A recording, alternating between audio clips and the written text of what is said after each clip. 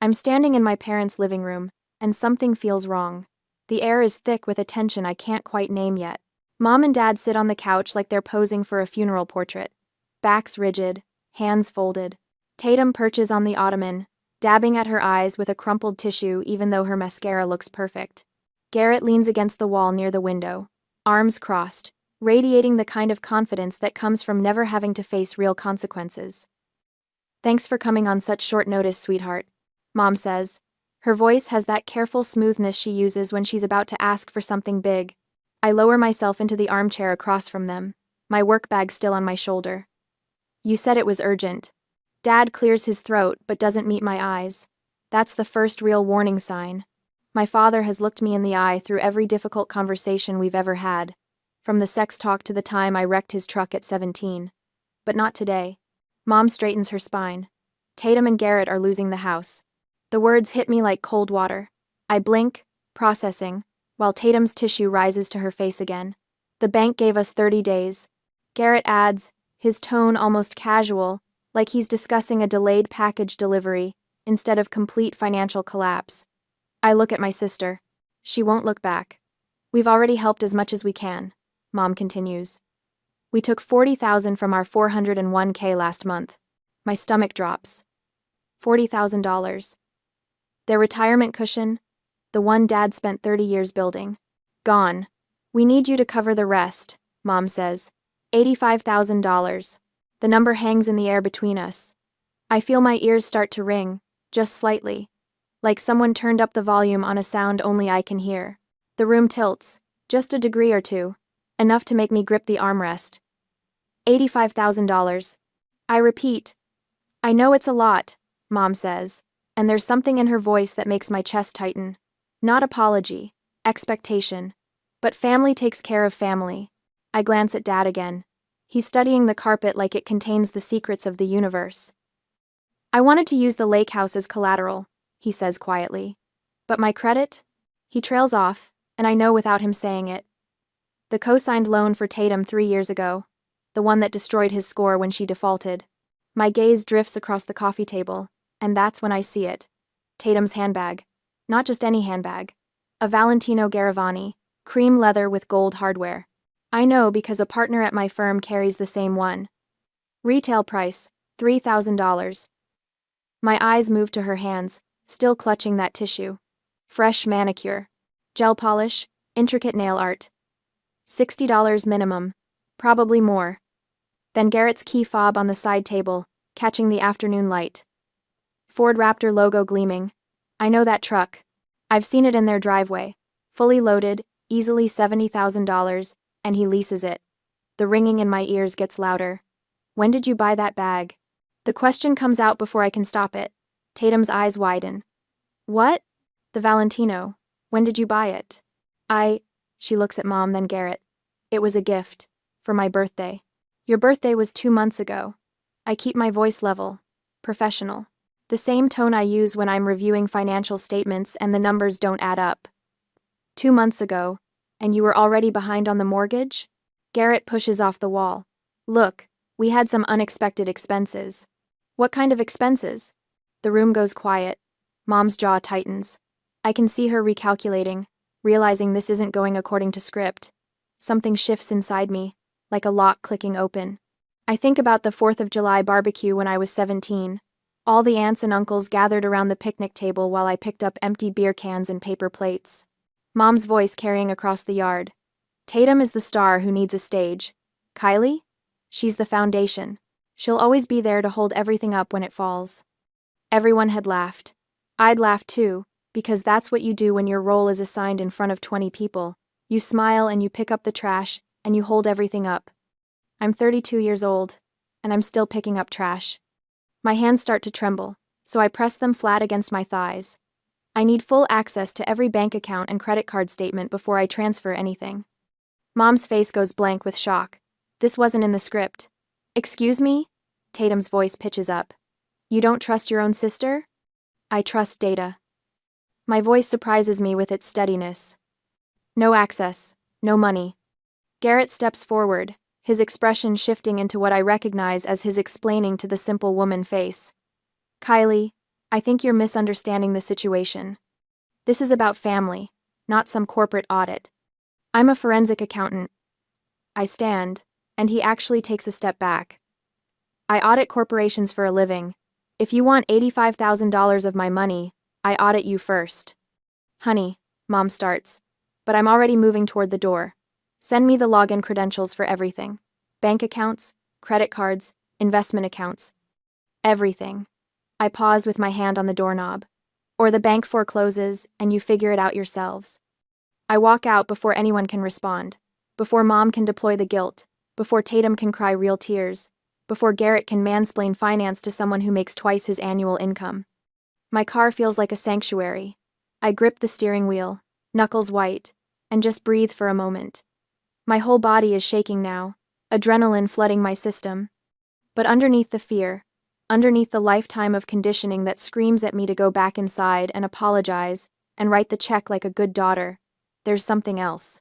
Something that feels dangerously close to freedom. I call Mom the next morning, coffee in hand, staring at the city skyline through my kitchen window. My voice comes out soft, compliant. Exactly what she expects to hear. Mom, I want to help. The words taste like copper. I just need the login credentials to structure this properly. Minimize tax implications for everyone. There's a pause. I can practically hear her recalculating, deciding whether to trust this sudden cooperation. Of course, sweetheart. Relief floods her voice. Victory. I'll text everything over right now. Thanks, Mom. I hang up before she can say anything else, before the performance cracks. Ezra watches me from the doorway, mug in hand. He's seen this before. The shift. The way my shoulders square and my jaw sets. He calls it my forensic accountant mode. You okay? He asks. I will be. My phone buzzes. A text from Mom. Screenshots of login credentials, passwords, security questions. Everything laid out like a gift, because she thinks she's won. I settle at the dining table, laptop open, legal pad ready. Ezra sits across from me, quiet support. The first account loads, joint checking for Tatum and Garrett. 3 hours disappear. The spreadsheet grows with each transaction I flag. My handwriting gets smaller, tighter, more controlled as the evidence mounts. Cabo San Lucas Resort and Spa. $12,000. 3 months ago. The same month their mortgage payment bounced. I pull up Garrett's freelance tax return from last year. There it is, buried in Schedule C deductions. Business conference. The IRS would have a field day with this one. Ezra. My voice sounds hollow. Look at this. He leans over, reads the screen. His face hardens. They went to Cabo while they were defaulting on their mortgage. It gets worse. I open another tab. Crypto Futures LLC, a company that no longer exists, according to a quick search. $30,000, transferred in 3 separate chunks over 2 months. All from their joint account. All losses. Did Tatum know? Ezra asks.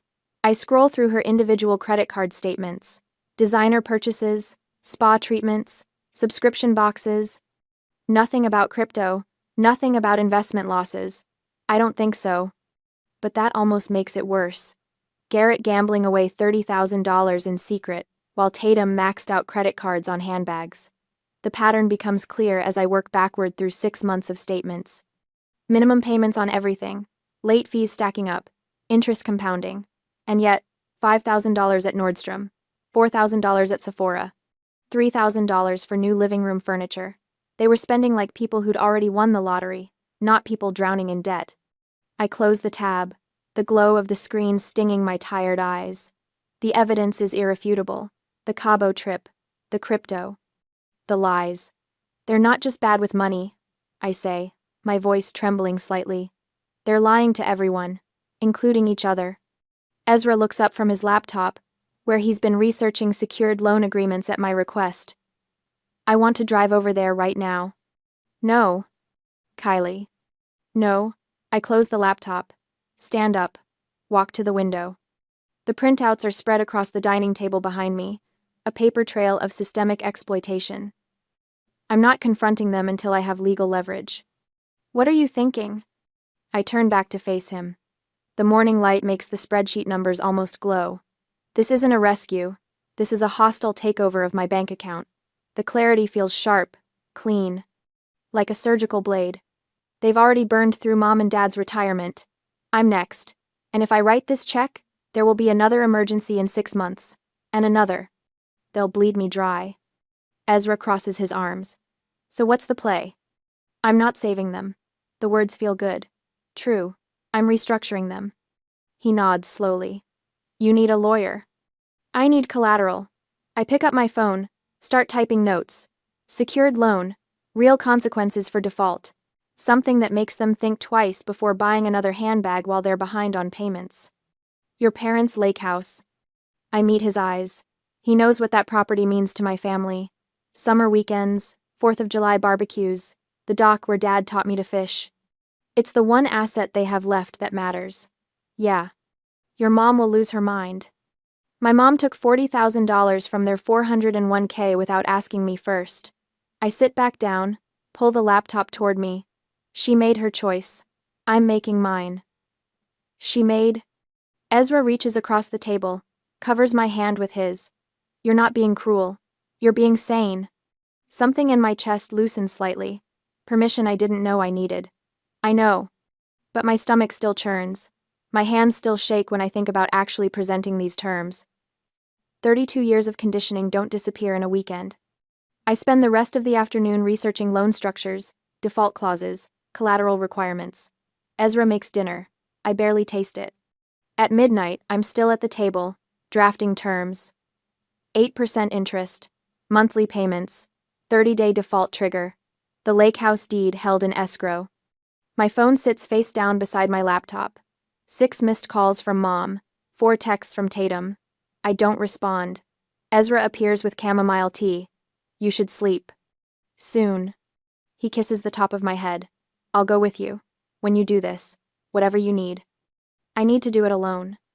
Okay. He doesn't argue, just squeezes my shoulder and heads to bed. I save the document, close the laptop, stare at my reflection in the darkened window. The foundation they built their expectations on is shifting. They just don't know it yet. The Facebook notification pops up on my phone Tuesday morning while I'm reviewing quarterly statements at my desk. Mom has posted a photo. I click it, and my chest tightens. It's from 5 years ago, the summer barbecue at the lake house. All of us squeezed onto the dock, faces sunburned and smiling. Dad's arm around Mom's shoulders. Tatum and me flanking them, looking like the picture of sisterhood. The caption reads, "Family sticks together through everything. Family first." She's tagged me, publicly. My phone buzzes, a text from cousin Rachel, who I haven't spoken to in 3 years. Your mom said you're helping Tatum. That's so generous. Another buzz. Aunt Linda. Family is everything. So proud of you. I set the phone face down and force myself to breathe. 47 comments already. She's mobilizing the extended family, painting me as the hero before I've agreed to anything. Creating a narrative where saying no makes me the villain. My phone rings. Garrett's number. I consider letting it go to voicemail, but something stops me. Know your enemy. Document everything. Kylie! Hey, glad I caught you. His voice has that aggressive cheerfulness salespeople use. Listen, I've been thinking about your situation, and I want to help you understand the investment opportunity here. I pull up a blank document on my computer and start typing. Timestamp, 10:47 a.m. Go on. So, the crypto thing. I know it looks bad on paper, but you have to understand market cycles. Bitcoin's just in a dip right now. If you were to invest with me, say 50,000, I could easily double that in 6 months, maybe triple it. I type his exact words. You're suggesting I give you $50,000 to invest in cryptocurrency. Not give. Invest. Big difference. He laughs like we're sharing a joke. I've got connections in the space. I know when to buy low. The same connections that lost you $30,000? Silence, just for a beat. That was a different situation. He says, smooth again. Learning experience. But hey, if you're not interested in growing your wealth, no pressure, just thought I'd offer. Thanks for the offer, I say. My voice could freeze water. I'll keep it in mind. I hang up and save the document, evidence folder growing. My hands are completely steady. At 3 o'clock, I present findings to the audit committee. $7 million discrepancy in a pharmaceutical company's R&D spending.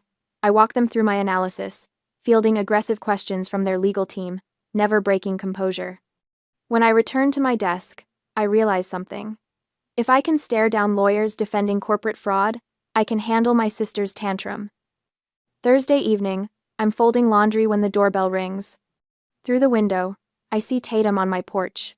She's wearing Lululemon from head to toe, hair blown out in perfect waves, the picture of someone who doesn't have a care in the world. I open the door. Hey! She breezes past me without waiting for invitation. I was in the neighborhood, thought I'd stop by. My neighborhood is 40 minutes from hers. She wasn't just passing through. Want some coffee? I ask. No, I'm doing this whole no caffeine thing. She settles onto my couch, tucking her legs under her like this is her house. So, I wanted to talk about Sunday. I sit in the armchair across from her. Wait, Mom's really stressed. She continues. Like, really stressed. And I know you're mad about the whole money thing, but you have to understand. Mom and Dad have sacrificed everything for us. Everything. The word lands like a slap. Sacrificed. Something flashes through my mind. Sitting in Dr. Morrison's office when I was 14, my jaw aching. Metal expander they'd installed 6 months earlier, pressing my teeth apart. He'd taken new x-rays, studied them, shaken his head. The crowding is getting worse, he'd said. We need to move forward with braces. Sooner rather than later. Mom and Dad in the hallway afterward, their voices low, but I'd heard anyway. $4,200. We just don't have it right now, sweetie. I'd worn that expander for another year, metal digging into my palate, headaches every night, smiling with my mouth closed in every school photo. 2 months after that appointment, Tatum had come home with forms for elite cheer camp. 2 weeks in Colorado, specialized coaching, Olympic choreographers. It could really take my career to the next level, she'd said. She was 12. The camp cost $4,200. Exactly. Mom had written the check the same day. I'd gotten braces at 22, paid for Invisalign myself. Wore them for 18 months, every day a reminder of whose potential mattered. Kylie? Tatum waves her hand. You're spacing out. I blink back to the present. She's staring at me, impatient. Sorry. You were saying? I was saying Mom and Dad gave up everything, and now you're making this so hard. Why? Her voice pitches up, tears gathering. Don't you care about family potential? The word again, potential. I want to ask her what my potential was worth. I want to ask her if she remembers the braces she never noticed I didn't have. I want to scream that her potential has cost me everything from my teeth to my sanity, but I don't. Because if I explode now, if I show her exactly how much I remember and how much I've calculated, she'll run straight to Mom. They'll regroup.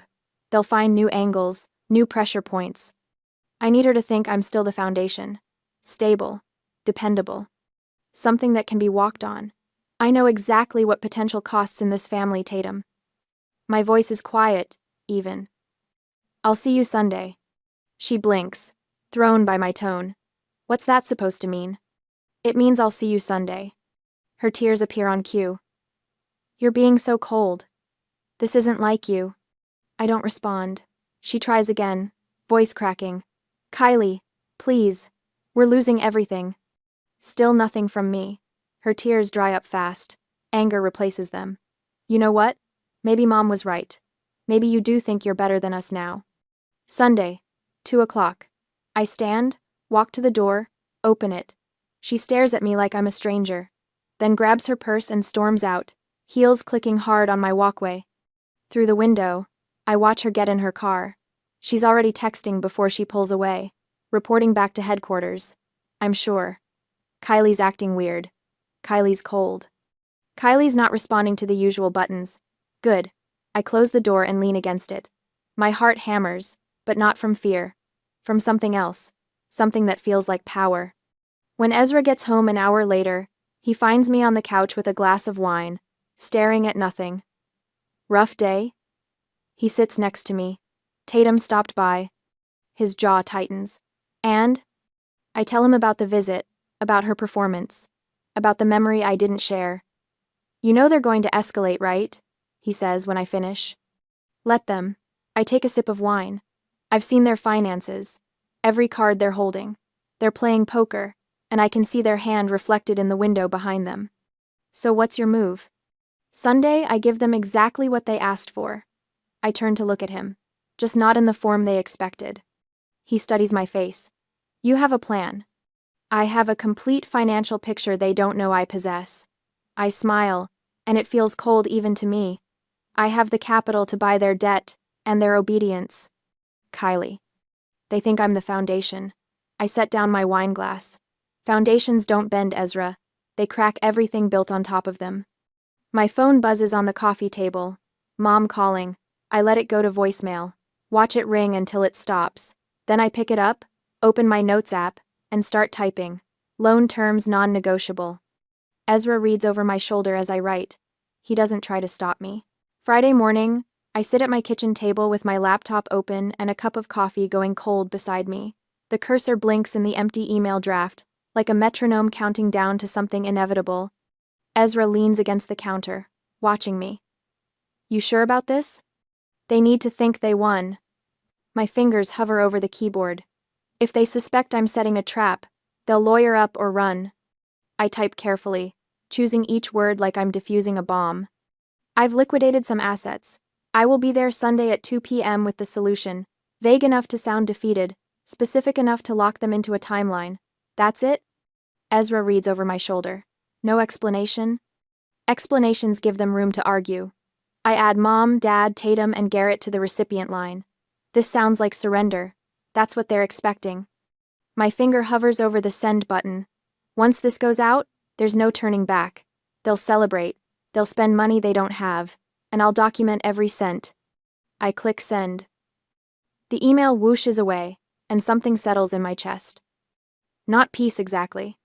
More like the calm before controlled demolition. Phase 1 complete. I close the laptop. Now I wait for them to hang themselves. 20 minutes later, I'm in my car heading to the office when my phone rings. Mom's name lights up the screen. Right on schedule. She couldn't even wait an hour. I let it ring 3 times before answering. Can't sound too eager. Hi, Mom. Kylie, sweetheart. Her voice drips with relief. I got your email. I make my voice soft, apologetic. The daughter she wants me to be. I've been thinking about what you said. About family. I knew you'd come around. There it is. That smug satisfaction like she's won a game I didn't know we were playing. Your father and I raised you right. My jaw clenches, but I keep my tone gentle. Family is family. I'll help. Sunday at 2? Sunday at 2. I'll bring everything. The silence on her end feels different now. Victorious. She thinks she's broken me. Thinks I've finally accepted my role as the foundation that holds up everyone else's mess. We're so proud of you, honey, she says, and I have to swallow the bitter laugh building in my throat. See you Sunday, Mom. I hang up before she can say anything else. My hands are steady on the steering wheel, but my heart pounds with something that feels dangerously close to rage. By lunch, the family group chat explodes. I'm not on it anymore. Haven't been since I asked for their financial records, but I know it's happening. I can feel it in the air, like static before lightning. What I don't know is that Mom types exactly what I predicted. She's bringing the money Sunday. Tatum responds with 4 champagne emojis and a party popper. Garrett's message is simple. Knew she'd fold eventually. But I do know this. They haven't changed a single password. Not one. They think I got what I needed last week and moved on. They have no idea I'm still watching. That evening, I'm making dinner when the notification pops up on my phone. Garrett's credit card. The one linked to the app I still have access to. My pulse quickens as I open it. $400. Blackstone Steakhouse. Party of 4. Processed 17 minutes ago. I set down the knife I'm using to chop vegetables and stare at the screen. They're celebrating. Right now. Probably toasting to family and responsibility and whatever other lies they tell themselves. Ezra comes up behind me, sees my face. What is it? I turn the phone toward him. They're spending money they don't have because they think my check clears Monday. He reads the transaction, and his expression darkens. $400 for dinner when they're 30 days from foreclosure. To them, it's a victory lap. I screenshot the charge, save it to my evidence folder. To me, it's Exhibit C. Saturday morning brings another notification. $350. Wave Rider Jet Ski Rentals. Deposit for next weekend. I'm sitting on my back deck when it comes through, and I actually laugh. The sound surprises me, sharp and cold in the spring air. They just spent $750 in 18 hours, I say to Ezra, who's reading the newspaper beside me. On celebration, on assumption. That's sociopathic. He puts down the paper. They have no concept of consequence. They've never had to have one. I add the jet ski receipt to my folder. Every time they've been reckless, someone saved them. Dad, Mom's 401k, now me. Except you're not saving them this time. No, the word comes out harder than I intended. I'm restructuring them. He reaches over, takes my hand. You okay? Am I? I think about that question while I watch a cardinal land on the fence. 24 hours ago, I sent an email designed to manipulate my own family. Now I'm documenting their spending like a detective building a case. None of this feels like something a good daughter would do.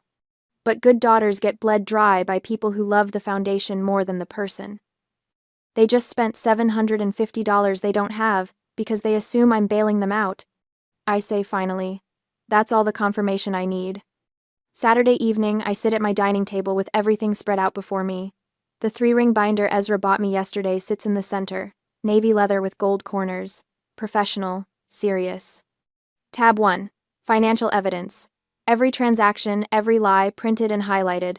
The Cabo trip, the crypto loss, the designer handbag, and now, the steak dinner and the jet skis. A timeline of irresponsibility that would make any auditor weep. Tab 2. Loan terms. The document my attorney reviewed yesterday, the one with what she called the chokehold clause. 8% annual interest, above market rate but not usurious. The parents' lake house in escrow as collateral, and the nuclear option buried in Section 7, 30 days late equals automatic deed transfer. No court, no appeal, just done. Tab 3. The quitclaim deed, pre-drafted and ready for signatures. I review the terms one final time, my professional brain checking for loopholes they might exploit. The Ford Raptor must be sold within 60 days, proceeds applied to principal. Tatum must accept the receptionist position I arranged through a colleague. Full-time, no exceptions. Let them enjoy the steak dinner. I murmur, closing the binder. It's the last one I'm paying for. Sunday morning arrives with perfect weather. Sunny, 72 degrees, not a cloud in sight. The kind of day that makes you think good things are possible. I dress in my charcoal power suit, the one I wear for difficult client meetings. White blouse, minimal jewelry, low heels. I look like what I am, someone who means business. Ezra offers to come for the 3rd time. You shouldn't face them alone. This is something I need to do alone. I pick up the leather portfolio, feel its weight. They need to see that I'm not the foundation anymore. I'm the architect. The drive to my parents' house takes 20 minutes. I play Vivaldi, letting the precise mathematical beauty of Baroque music steady my nerves. My breathing stays even, controlled. When I pull into the driveway, Garrett's Ford Raptor gleams in the sun, freshly washed. I park behind it and think, enjoy it while it lasts. 30 days until it goes on the market. 60 days until someone else is making the payments. Through the living room window, I can see them gathered, the same configuration as 2 weeks ago, when this all started. Mom and Dad on the couch.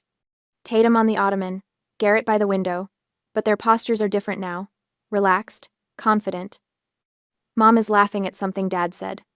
Tatum scrolls through her phone, probably already planning how to spend money that isn't hers. Garrett leans back with his arms behind his head, the universal pose of someone who thinks they've won. They have no idea what's coming.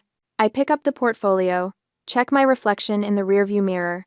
My face is neutral, professional, unreadable. The face I've spent 12 years perfecting in conference rooms and depositions. I walk to the front door. Through the glass, I see Mom notice me, see her face light up with that welcoming smile. The doorbell echoes through the house. The door opens. Mom's smile is wide, genuine, relieved. Come in, sweetheart. We're so glad you're here. I step across the threshold, portfolio in hand, and the trap clicks shut behind me.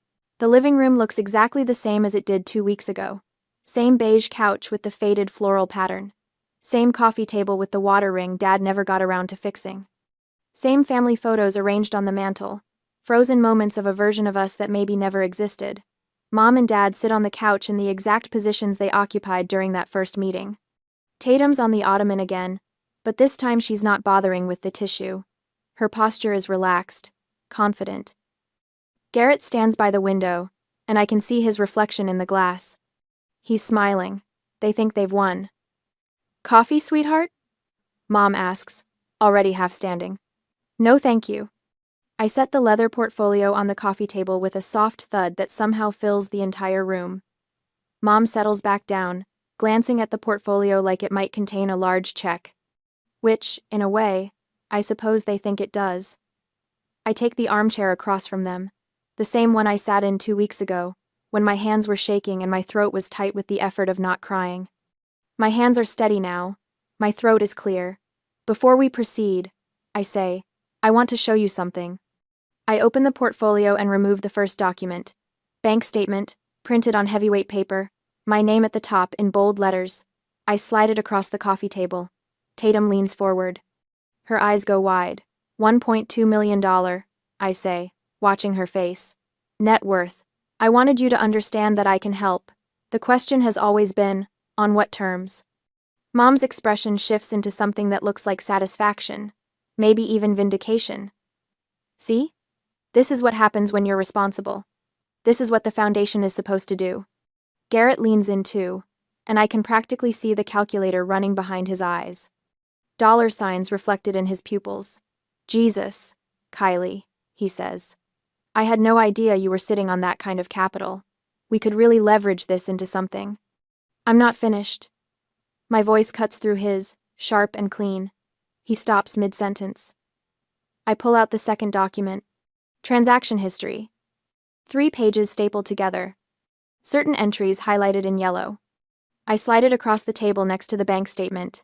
$12,000. Cabo Resort. 3 months ago.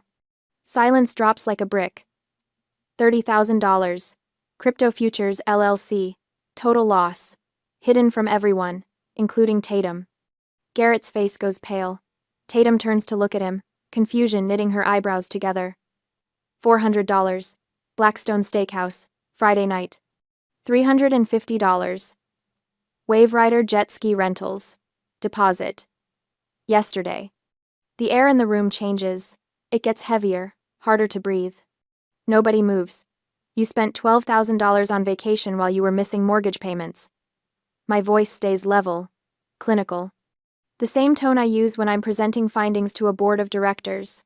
Garrett lost $30,000 in cryptocurrency and never told anyone. You spent $750 this weekend celebrating money you don't have yet. Now wait just a minute, Garrett starts, but I raise my hand. I'm not finished. He closes his mouth. I reach into the portfolio again. The loan agreement comes out next, printed on legal paper, every clause numbered and initialed by my attorney. $85,000. I say. Principal. 8% interest annually. Monthly payments of $1,450.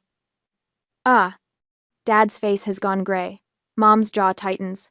Collateral. I continue. The lake house. Quitclaim deed to be signed and placed in escrow immediately. What? Mom's voice comes out strangled. If payment is more than 30 days late, ownership transfers to me automatically. No court proceedings necessary. I pull out the final documents. The deed, prepared by my attorney. 2 copies, both requiring signatures. Additionally, the Ford Raptor will be sold within 14 days, with proceeds applied directly to principal. Tatum will accept the receptionist position I've arranged at my firm. Salary $42,000 annually. She starts Tuesday. Tatum makes a sound that's somewhere between a gasp and a sob. This is extortion. Mom's face has gone red, her voice rising. You can't do this. No. I meet her eyes and don't blink. Extortion is draining your parents' retirement fund, then demanding your sister fund your lifestyle. This is a secured loan with market rate interest and appropriate collateral. Sign it or don't. Those are your options. You can't take Mom and Dad's house. Tatum's voice cracks, and these tears look real. That's their home. I'm not taking it. I'm securing it. Make your payments. You keep the house. Miss a payment. The house becomes mine. I pause. Given your track record, I'd say the collateral is appropriate. Dad sits frozen, staring at the deed like it might burst into flames. His hands rest on his knees, fingers trembling. Your father and I raised you better than this. Mom's voice has that edge of desperation now, the one that used to make me immediately backtrack and apologize. You raised me to be the foundation. The words come out cold, each one deliberate. You told me that at the barbecue when I was 17. Remember? Tatum was the star. I was the foundation. Mom's face changes. Recognition, then something that might be shame, flickering across her features before hardening back into anger. Foundations are cold, hard, and immovable. I continue. They hold everything up. You wanted a foundation? I lean forward. Here I am. I push the deed and pen across the table. The pen rolls slightly, coming to rest against the paper with a soft click.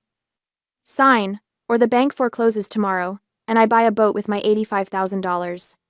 The seconds stretch out. 5 of them, maybe more. Garrett looks at Tatum. Tatum looks at Mom. Mom looks at Dad. Nobody has a counteroffer. Nobody has leverage. Nobody has another option. Dad picks up the pen first. His hand shakes so badly I can hear the pen scratching across the paper. He signs both copies, then sets the pen down like it weighs 50 pounds. Mom takes longer. She stares at the document, her jaw working, probably running through every possible alternative and finding none. Finally, her hand moves. The signature is tight, angry, each letter pressed hard into the paper. I collect the documents and slide them back into the portfolio. Every page, every signature, every clause that binds them to me instead of the other way around. Payment schedule starts next month. First payment due on the 1st. Don't be late. I stand and smooth my jacket. One more thing. Tatum, your interview is Tuesday at 9 a.m. The address is in your email. Don't miss it. I walk to the door. Nobody tries to stop me. Nobody says a word. My car is still warm from the drive over. I sit in the driver's seat, both hands on the steering wheel, and just breathe. In through my nose, out through my mouth. My chest feels tight, but not from panic, from relief. I pull out my phone and text Ezra. 2 words. It's done. The radio comes on when I start the engine. Classical station. Something by Bach, precise and mathematical and perfect. I drive home through the late afternoon sun, and somewhere between my parents' driveway and my own, the tightness in my chest finally releases. I don't need their approval anymore. I have their signatures. 6 months later, my dining room feels like it belongs to someone else. 8 friends sit around the table, voices layered over each other in the way that only happens when people feel safe. Wine glasses catch the overhead light. Ezra stands at the head, raising his tumbler with a grin that makes the corners of his eyes crinkle. To boundaries, he says. To chosen family. To living authentically. I lift my glass, and the chorus of agreement washes over me. These are people who earned their place here. My colleague Sarah, who stayed late 3 nights running when I was buried in depositions. Marcus and his husband, who threw me an impromptu celebration when my promotion came through. Not one of them has ever asked me to fix their financial disasters. The walls around us hold no family photos. I took those down in February. Now there are landscapes from the Colorado trip Ezra and I took in April. A sunset over the Pacific from our long weekend in San Diego. Travel memories that belong to us, not ghosts of obligation. Sarah refills her wine and laughs about her roommate drama. He keeps leaving dishes in the sink for days. I'm about to lose my mind. Marcus grins at me. Maybe he should move in with Kylie. She's got space. The joke hangs in the air for half a second. 6 months ago, that sentence would have sent ice through my veins. The memory of Tatum and Garrett, bags packed, standing in my parents' living room with expectant faces. Now I just laugh. The sound comes easy, no tightness in my chest. Never again. I learned that lesson thoroughly. Everyone chuckles, and the conversation rolls forward. No one knows how much weight that statement carries. No one needs to. Later, after the last guest leaves and Ezra loads the dishwasher, I tell him about the week. The promotion became official on Tuesday. Lead forensic auditor, my own division, my name on the door in brushed metal letters, $195,000 a year. You earned it, he says, wiping down the counter. I did. Not by holding anyone else up, by being excellent at what I do. The next morning, Sunday, I sit on the back deck with coffee and my journal. The city skyline stretches beyond the railing, buildings catching the early sun. My phone buzzes once against the wood table. Payment received. $1,450. I glance at the notification and delete it without opening the details. The Ford Raptor sold in March, and Tatum showed up to her receptionist job every morning at 8:45 for 6 months straight. The monthly payments draft automatically from their account on the 1st. They learned fast that 30 days late means the lake house deed transfers to me. No negotiation, no court. The coffee is still hot. I write in my journal, the pages filled with thoughts I'm finally brave enough to name. They called me the foundation for 17 years. Foundations hold everything up, but they're also what you build on top of, and eventually abandon when you move on. I'm not their foundation anymore. I'm my own architect. I look out at the view. The mortgage on this house is manageable. My retirement accounts are untouched. Ezra and I are planning a trip to Ireland next spring. None of this would exist if I'd written that check in April. The sliding door opens behind me. Ezra steps out with his own mug, kisses my temple without a word, and settles into the chair beside me. His hand finds mine on the armrest. We sit in silence, the kind that doesn't need filling. My phone stays face down on the table. Whatever messages might arrive today can wait. Probably nothing urgent anyway. Joyce's texts have become infrequent and transactional. Payment confirmed. Tatum received her schedule. Always polite, always distant. Exactly what I need. Inside the house, visible through the glass door, photos line the shelves. Friends at dinner parties. Ezra and me on hiking trails. My team at the firm, celebrating a major case win. Chosen, family. People who show up because they want to, not because they're extracting something. The sun climbs higher. Somewhere across the city, my parents are probably having breakfast. Tatum is likely sleeping in, resenting the alarm that will wake her for another week of work she feels is beneath her. Garrett is probably scheming his next big opportunity, the one that will finally pan out.